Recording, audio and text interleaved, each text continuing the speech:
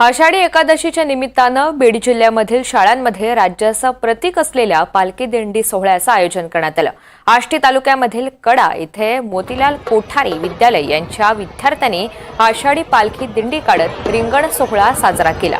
कडा शहरामधून विद्यालयाच्या विद्यार्थ्यांनी सजवलेल्या रथामधून विठ्ठल रुक्मिणी यांच्या मूर्तीची पालखी दिंडी काढण्यात आली।